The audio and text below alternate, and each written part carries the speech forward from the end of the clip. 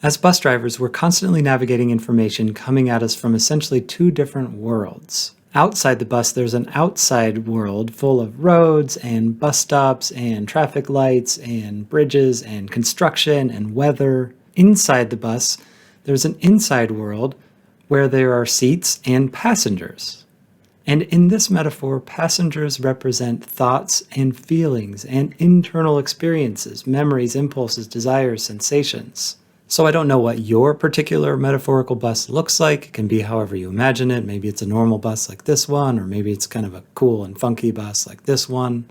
And some of you have very busy minds or very busy internal worlds, so you have to have more room on your bus. So you have buses like this one, or this one.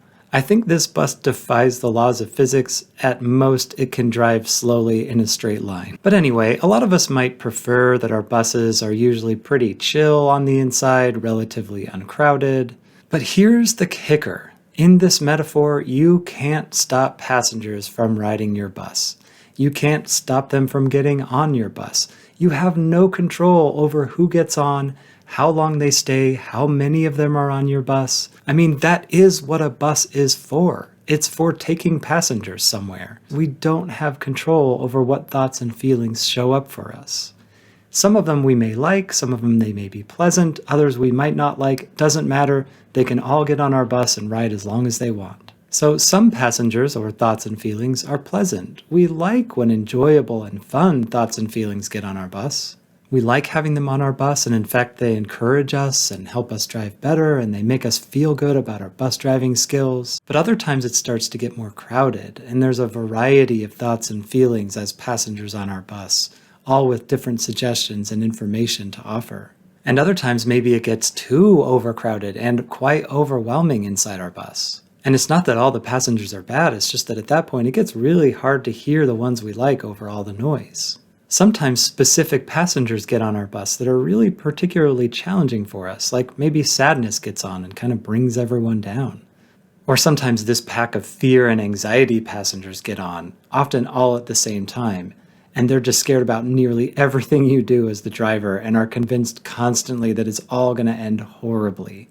Or maybe on your bus you have that one guy that gets on that's super controlling and just stands there right behind you, constantly telling you you're not driving fast enough. And sometimes we just start reflexively reacting to some of these passengers, like those fear and anxiety ones, for example. I mean, they can get loud, and they're like, "Why are you going that way? Don't you know what horrors await you if you drive that direction?" And when we're not as mindful, we can start to just instinctively and reflexively react to them and like, "Oh, they're telling me I shouldn't go that way because it's scary. Nope, I guess I'll just turn away and go this other way instead." When in fact, what might have been in that initial direction was something that we value. And sometimes we get entangled with the people on our bus, and we kind of turn around while we're driving and fight with them and argue with them and try to kick them off or tell them to be quiet. And of course, none of that works because we're fighting with these things that are parts of ourselves. We're fighting with our own thoughts and feelings, things that we can't control from getting on our bus in the first place. It's an unwinnable battle. And it takes energy away from focusing on driving and seeing what's ahead of us. It takes energy away from considering what values we want to be about or being present with a given moment that's happening in our lives. So we end up not being as present for our lives, sometimes because we're constantly driving like this, kind of looking over our shoulder, barely checking the road, more consumed with the passengers behind us or watching them in the mirror, and barely present for what's actually in front of us. So basically, all of this metaphor is to say we are constantly driving around a mix of passengers on our metaphorical buses. We constantly have a flow of thoughts and feelings on and off of our buses. And it can be challenging enough just navigating the outside world, what's in front of us, but it's even more challenging when our buses are busy and full of lots of people. So here's how you drive a bus mindfully.